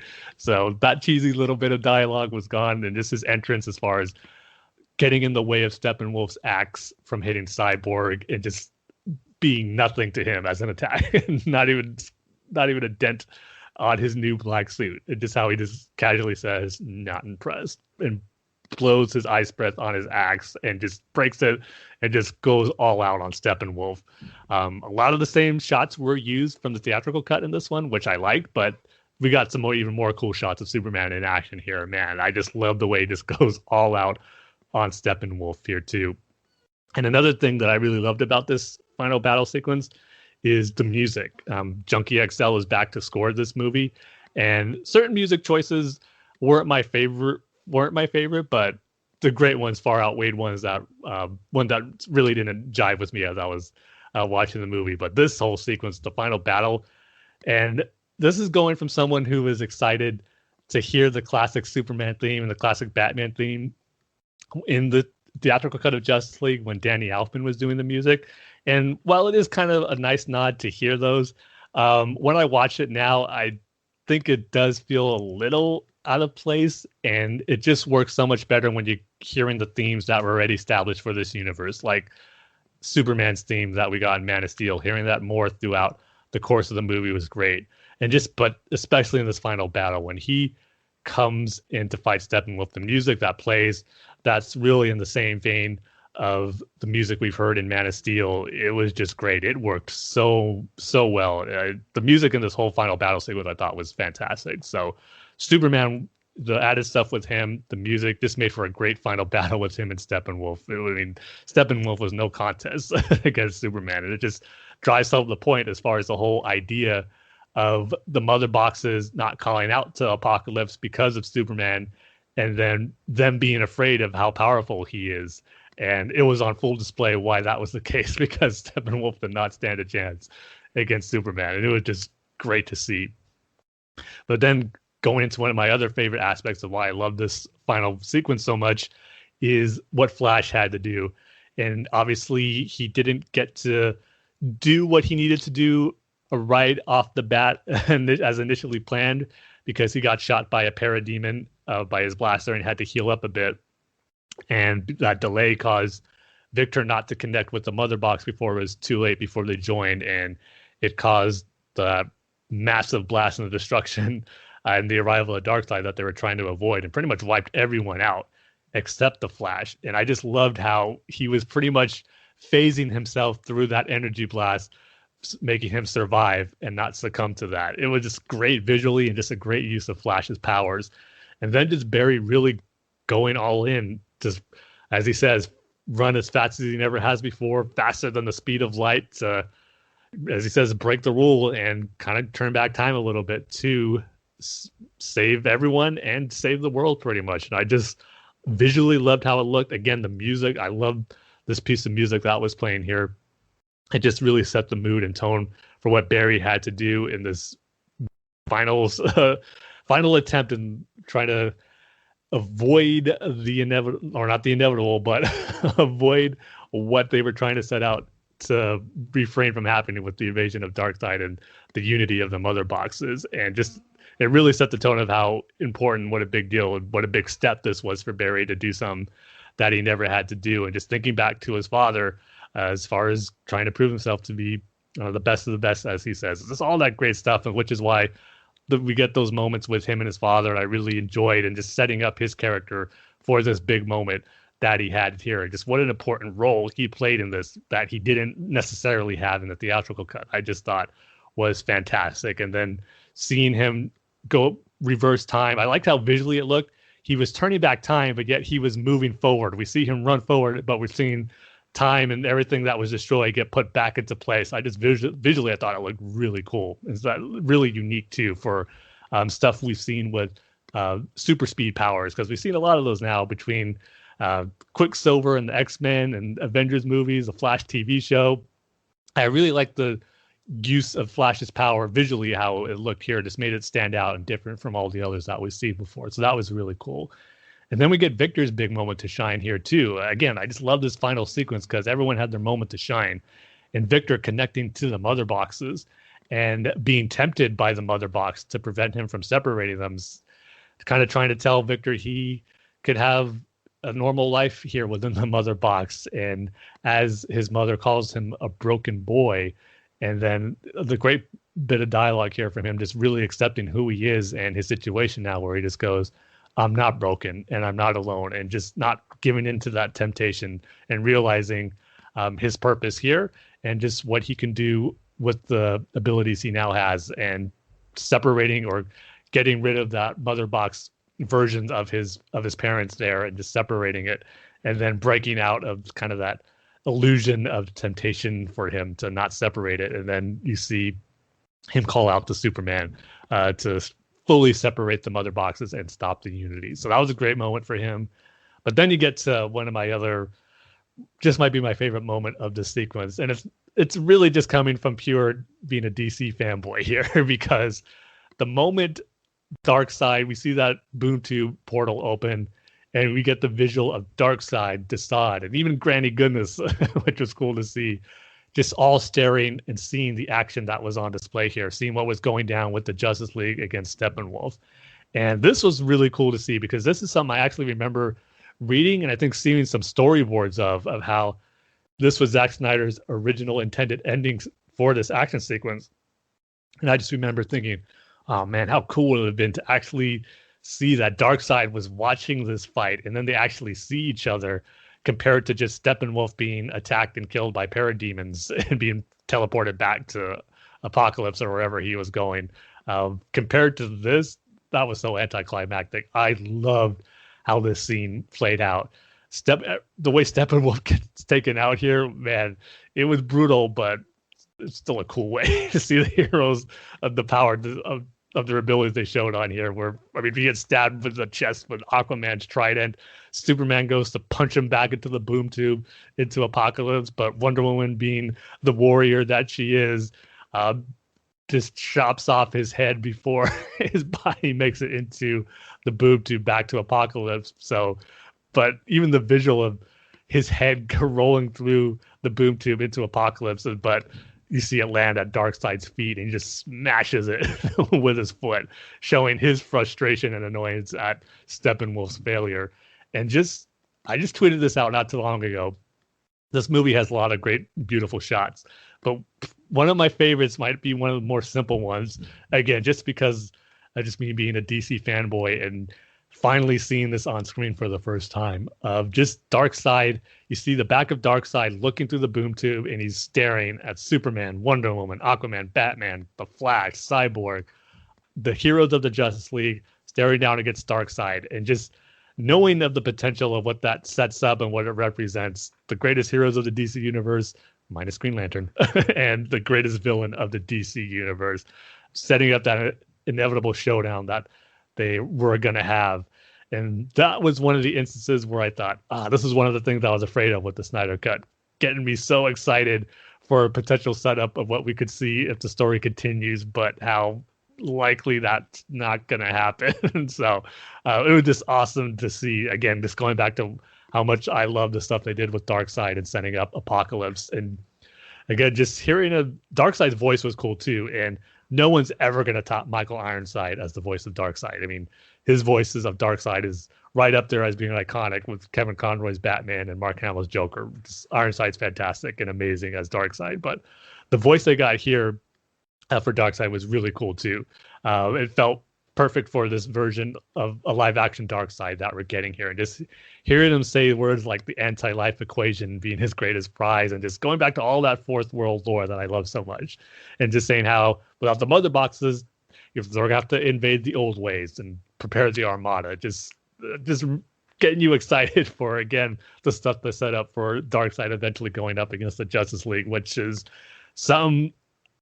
one of the big comic book fantasies that I need to see in live action at some point. We got Darkseid in here yet, but which was awesome, but still we need to see him go up against the Justice League. That's like my one comic book movie checklist that I haven't been able to check off just yet. So again, we'll see what happens moving forward, but I just love the setup that they've built here, and just all those things encompass to, in my opinion, what was a great final battle sequence that the Justice League in the first movie deserved. I loved it so much, and is one of my favorite comic book movie sequences. It's already up there as one of my favorites. I just thought it was just a great job of showing all the characters doing what they need to do, their powers on display, bringing in, again, establishing that DC lore that I love with Darkseid. The music was great, so I just love this final battle sequence so much. I thought it was great. And then you move on to the epilogue, where it has a lot of stuff that we saw at the end of the theatrical cut. But instead of we're seeing Lois Lane in the piece she wrote for the Daily Planet and her voiceover, this is with Victor's father, Silas Stone, that recording he left for Victor, that Victor smashed up before he got to hear what Silas was going to tell him as a father instead of a scientist. And he repairs the machine, he plays the tape, and we hear Silas Stone tell Victor, how much he loves him, how proud he is, and just what he can do and accomplish, and just establishing that and kind of applying that to all the heroes moving forward in the scenario. So we got the great moments like Bruce and Diana and Alfred setting up the Hall of Justice in Wayne Manor with the great line of 6 chairs, but room for more. And then one of my favorite Bruce and Clark moments where Bruce tells them how he bought the bank to get the farm back. I'm glad that was in there as the kind of their final conversation between those two. There's some cool visuals of, obviously, one of the new ones I think was Batman on the tank from The Dark Knight Returns, and you have to really zoom in. I didn't see this when I was watching it, but I saw a tweet or a YouTube video that showed if you zoom in real closely, you see Batman has members of the mutant gang tied up kind of at the foot of the Batmobile tank, which obviously is another cool nod to The Dark Knight Returns there. So great ending for it, but obviously it's not the ending because we still get the end credit scene from the theatrical cut of Lex Luthor and Deathstroke, but their conversation is totally different. Whereas in the theatrical cut, they were kind of setting up the Injustice Gang or the Secret Society about Luthor saying we could form a league of our own. But in this one, it's pretty much setting up the Ben Affleck movie that's not going to happen, where he was giving Deathstroke the information that Batman is actually Bruce Wayne, and how that was going to be the main focus of the next Batman movie, where Deathstroke was going to be the main villain and targeting those who are close to Bruce Wayne and how we'd have to deal with that. So that was totally different. But then we get to, obviously, the new scene shot for this, the new nightmare sequence with Deathstroke back, and obviously Mara, Cyborg, The Flash, and as you already mentioned, Dane, Jared Leto's Joker. And I was excited to see this because one thing we haven't gotten was Ben Affleck's Batman interaction with Jared Leto's Joker. And I think it's cool that Zack Snyder realized that and kind of wanted to get that moment in there. If this is indeed the last time we're going to see these characters in this universe, he at least wanted to establish and get one Joker Batman scene in here. So it was cool that he recognized that and gave that to the fans to have. And yeah, I really enjoyed it. I will say I don't necessarily agree with those who are saying it's the greatest Batman Joker conversation ever. For me, that's always going to be the interrogation scene for The Dark Knight. I don't think anything's going to top it. But I'm welcome to have more opportunities for potential Batman Joker scenes to top it. And if it does, great, because that just means we just saw an awesome scene between these two great characters. But I don't feel this one was quite on that level.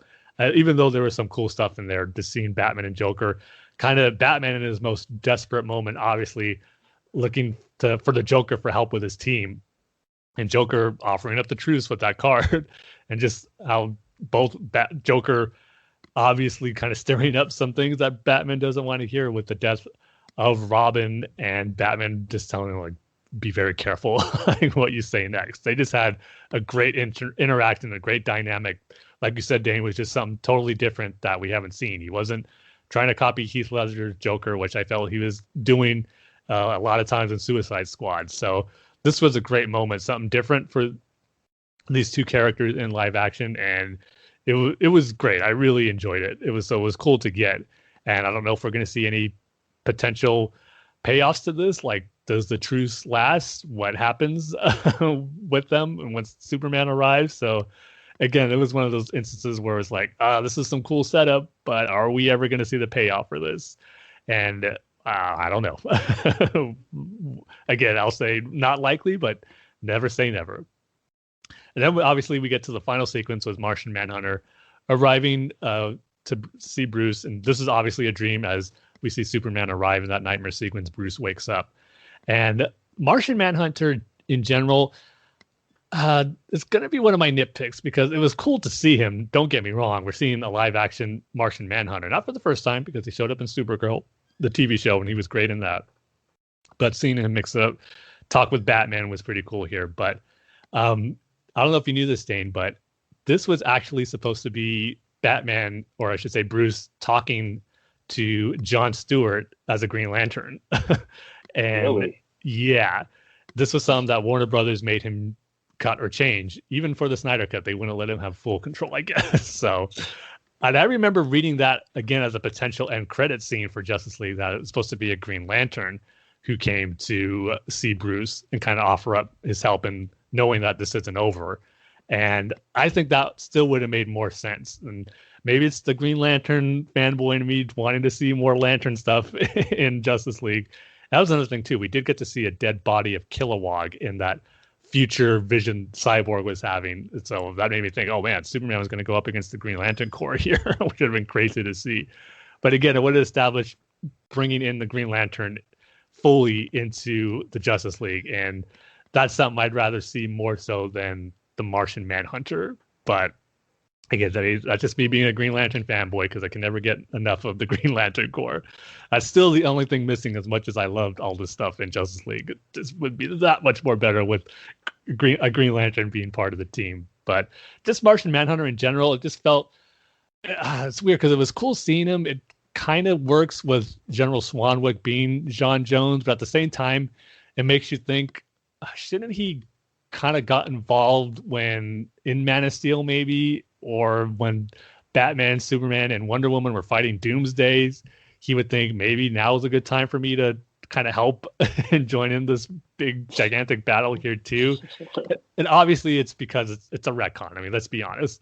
I don't think that was the original intention for the character. I think it's something that Zack Snyder eventually thought would be cool to do with the character, which again, it could still work, but it just makes you think about certain things where it doesn't necessarily I won't say not make sense, but it makes you wonder, why didn't he do that as a character? Now, he casually says in his conversation with Bruce, I feel it's time where I can't I'd at least like stand by or fight for Earth now too, or something to that effect, where he can no longer just sit aside. He's going to get involved. But it just makes you think, why didn't he feel that way in those other two movies? And one of my other kind of nitpicks about the movie is that Martha and Lois scene, because I actually thought it was a really great moment between Martha and Lois, just really sharing their grief about the loss of Clark and just what he means to both of them. Because you just really felt how, as Martha says, they're the only two who really know the truth about Clark and how, and Superman as one, who he really is. And I think it was just such a great moment in bond between those two characters. And to the fact to learn that it wasn't actually Martha, but yet it was John Jones, kind of took a little bit away from that sequence for me. So again, it's one of those things where it's just, if you're looking at it as a DC fanboy, oh cool, we're seeing the Martian Manhunter here, but it just makes me think it probably would have worked better for me if they didn't go that route to introduce the character, maybe bring him in some other way. So that was one little instance of something I wish was done a little differently than here.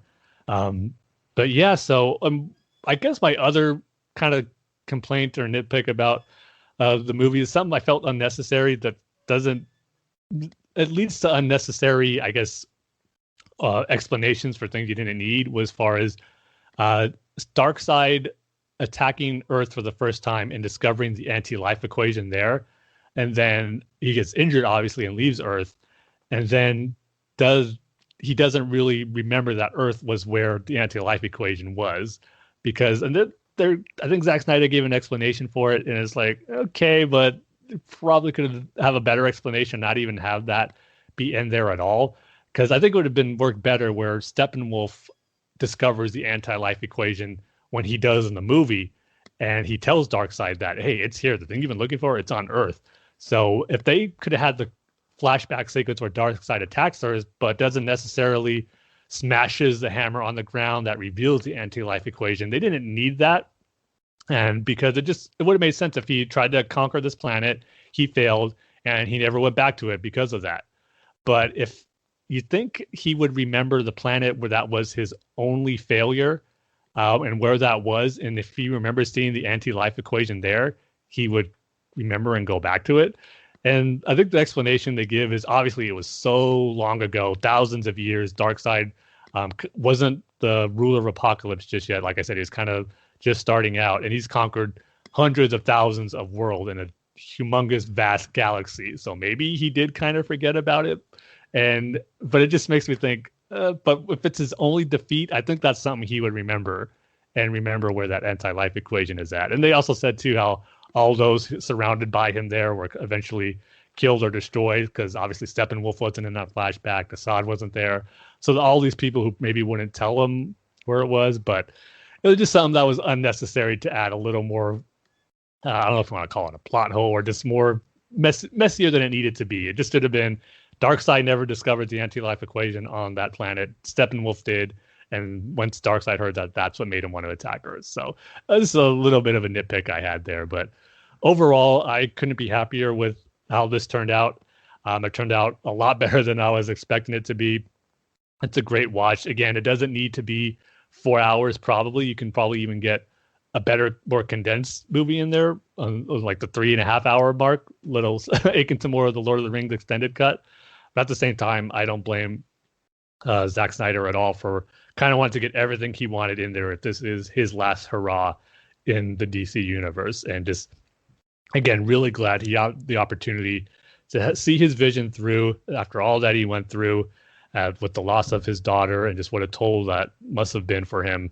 And just as we mentioned in that article that came out from Vanity Fair, just what a mess he had to deal with everything going on with the studio. And don't blame him at all for wanting to step back and just not having the energy to fight for his vision because of the loss of his daughter. So the fact that he was able to go back to it, finish it, and get the version he wanted out there to the fans, I'm just more than anything really happy for him that he got to do that. And we get to benefit from seeing a really cool comic book movie, in my opinion. So yeah, I went on quite a bit as you expected and prophesied, Dane. So I could start feeling it in my voice now. So I'll go ahead and shut up and just say I loved it. And if I were to rate it, I'd probably give it a 4.5 out of 5. I just really, really loved what they did here. And we'll see where it moves forward.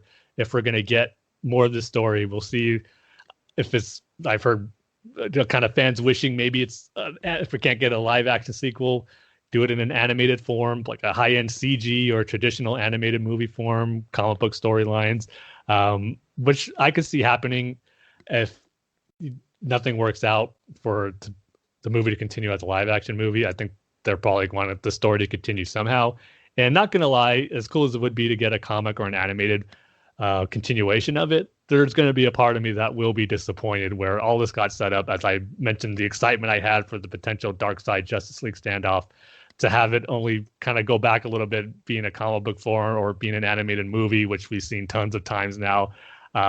There will be a sense of disappointment. I'm not going to lie. So we'll see what happens. But in the end, just glad that Zack Snyder's version of Justice League saw the light of day, and we all get to see it now. So didn't think this day was going to come, but it's here, and I'm glad I enjoyed it as much as I did. So yeah, definitely a really great time for DC comic book fans to see this version.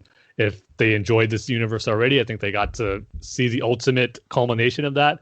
And for those who maybe weren't the biggest fans of it, I think this one's definitely getting a better reaction than obviously the theatrical cut got. So it just makes you think, well, we don't have to rehash the whole story, but it just makes you think that they should have just let Zack Snyder complete his vision for the theatrical cut and not try to save face or try to do what they felt being the studio would be the better product for casual audiences to see, because this one is being enjoyed by more people than the theatrical cut ever was and probably ever will be. So yeah, so that's my thoughts on Zack Snyder's Justice League. You sure, Tim? Is that everything? I'm pretty sure for now. Okay. We'll see what happens on the next episode. But. If I were to rate it, I'd give it a 2 out of 5. It's good as an action movie, but I just wish, like I said, the themes were a little more cohesive. I just wish this whole movie was a little more cohesive. But again, great action movie. I love the action scenes. Also, something I didn't really notice in the beginning. I really like Hans Zimmer's Superman theme. Oh, it's fantastic! Yeah, I just think it's a great. It starts off with the piano and the strings come in and stuff. Yeah, I really like that. Yeah, I mean, it's like you didn't realize how much you missed it in the theatrical cut until you realize it wasn't there, and then when you hear it a lot more in this one, it's like, it's so good. It's like going back home to this Superman theme now that just fits so well with this version of the character. Yeah. So yeah, I guess that's it for this episode. Yep.